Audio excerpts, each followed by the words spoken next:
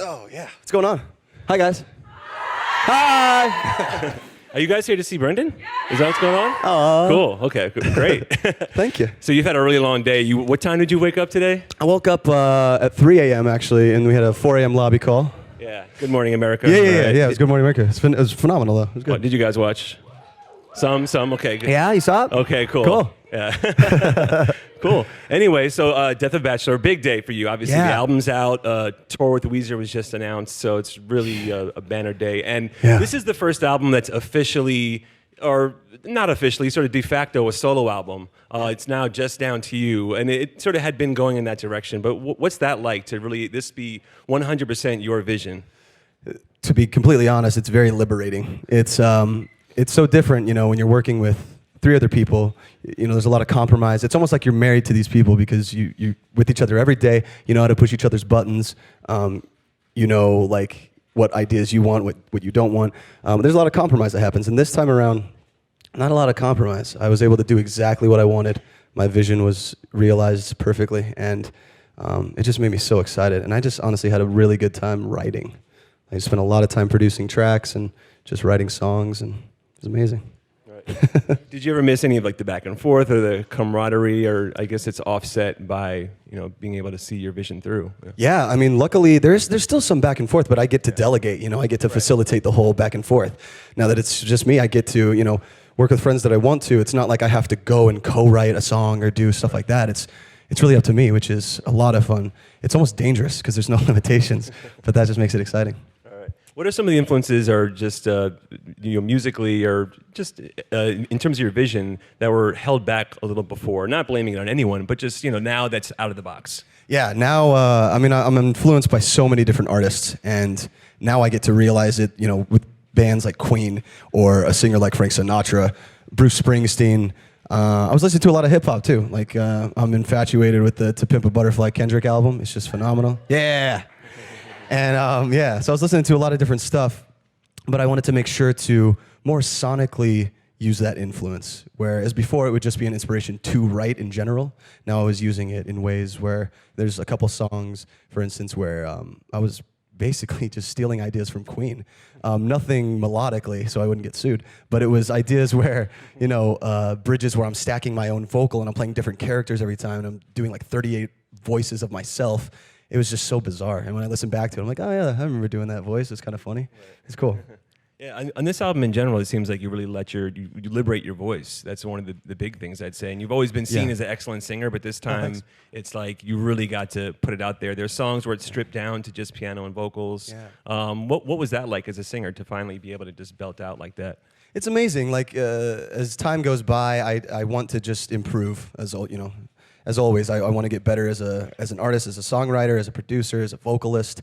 So I was pushing myself to do things that maybe in the past I would have been a little more reserved about, being nervous that, I don't know if I can sing that live. It was like, well, I recorded it, so I'm going to have to sing it live. I would just wanted to push myself in that direction, and that was another liberating thing. It was great. And you don't hear a lot of Sinatra when it comes to rock today. There's not a lot of Sinatra influence in there. Yeah. I think he hated rock and roll. I think he said that, which is the most punk rock thing to say. Like, that's awesome. Right. It's almost kind of ironic now that he's being incorporated into a rock band. Then Yeah. He's rolling over in his grave right now. He's like, oh, jeez. How'd you get into him?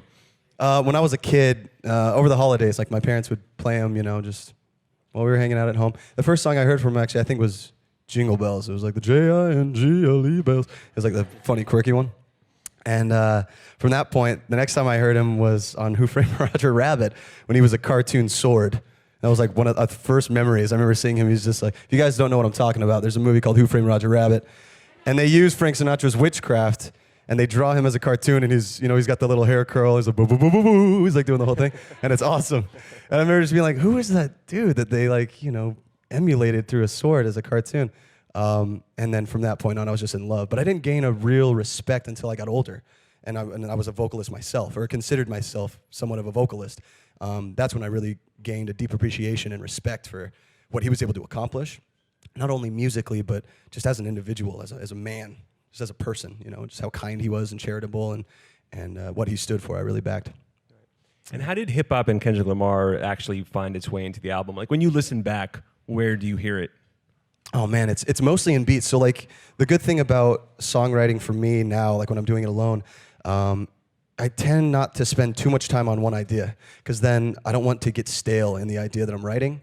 And I actually learned that from a previous producer I worked with, Butch Walker, and he taught me. Butch Walker's great, and he taught me that.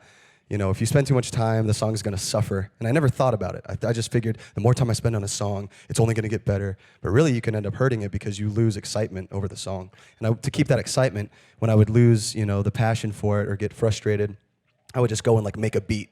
So making the beats, I was listening to a lot of modern production, and it was just a lot of hip-hop inspired stuff. I mean, a lot of pop nowadays is just hip-hop inspired stuff. And there's no rules. I was really inspired by the fact that it's kind of carte blanche for chaos in hip-hop. There's like, there's nothing you have to do to make it hip-hop, and that's what makes it hip-hop. And I just love that idea. So I wanted to use that.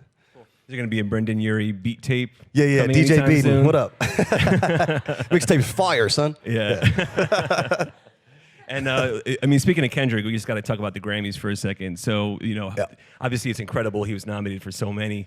And what do you think? Like, do you think he's going to be able to pull off a bunch of wins? Obviously, Taylor is. Dude, it's Weeknd, it's Taylor Swift, it's Ed Sheeran, it's Kendrick. I mean, it's tough. He's got some competition, and I love all of those artists. I think they're just immensely talented. So I don't know. I mean, for me, that was my favorite album besides Taylor Swift's album. I mean, that was just like the songwriting ability. But with Kendrick, it was not only the songwriting, it was the way he used it. I mean, there's songs where he's doing freestyle jazz as a different character over a jazz track, like an old like big band. Like, who does that, dude? That's like the coolest idea. And to push the boundaries like that, I think is a huge symbol of how much further he's going to go, and that's just exciting for me as a fan. Right. And you mentioned all those big nominees. There's no rock acts in there, right? And and rock is in, people have this has been spoken about many times. Rock is in sort of a weird place in some ways. It's not hugely commercially successful right now. It's not making noise in the Grammys. Right. But you always are a success. You're always not just doing it, but also having commercial success at it. So what do you think about the state of rock right now and where it's at, and why it's not where it was once? I like that it's moving in a different direction, but there's other acts I like more than others, There's like the Tame Impala album I really like. Yeah, it's I amazing. think Kevin Parker is just a phenomenally talented guy, and he's doing stuff not to be big, he's doing stuff to be original, and I think that, in turn can give you success. I think that is success, when you're doing something no one else is doing to build a name for yourself over something you have such a passion for. That's so freeing. There's nothing better than that. It's like the whole reason I got in a band and wanted to do this is I didn't want anybody to tell me what to do, and B, I wanted to just create something original content, Right. And that's another album that has heavy hip hop influences all over it. And Totally. beats and, I mean, even on the Mark Ronson album, when like Daffodils, that song that Kevin Parker's on, it could be a Tame Impala song. Right. It's just Mark Ronson put a stamp on it, so it's even bigger. Thank goodness. But it's just, I don't know, man. Like there are people that give me hope, and that's why I never get too discouraged, because where, if I happen to like a band and they don't do the thing I thought they were going to do, there's always an act out there that keeps it exciting, where I'm never too discouraged. It's awesome. And they're another rock act that's also just, it's Kevin Parker doing everything, even though it seems like it's sort of a band. Yeah. It's actually just him. Yeah. So, and when they go out on the road, when he goes out on the road, he has a band with them. So how do you plan on taking what was sort of a solo act in some ways and bringing it to the road now with, with new people? Totally. It's like when I'm writing in the studio, I'm always thinking of the live show. It doesn't necessarily dictate what the song is, but I like to think of the energy for the tours coming up, for shows coming up. And in order to tour, it took me years to get this, but you need to get along with the people in your band. Like, you can't. It creates such a weird energy on stage that it becomes harder to deal with. So I just ended up hiring some buddies. Like, hey man, you want to come out on tour, and you got a free year, and then there's, I got a couple months here and there. So it works out that way, but I am always thinking of live show, because it's just so important to me, the visual aspect and the live aspect of this band. Right. And what does it mean to you to be touring with Weezer? I mean, that's an amazing announcement. No, it's like, spit take for real. Dude, it's like, that was so crazy. The first time I met Rivers, it was like 7 years ago. And this is just as like we had our first split in the band, like a lot of stuff was happening.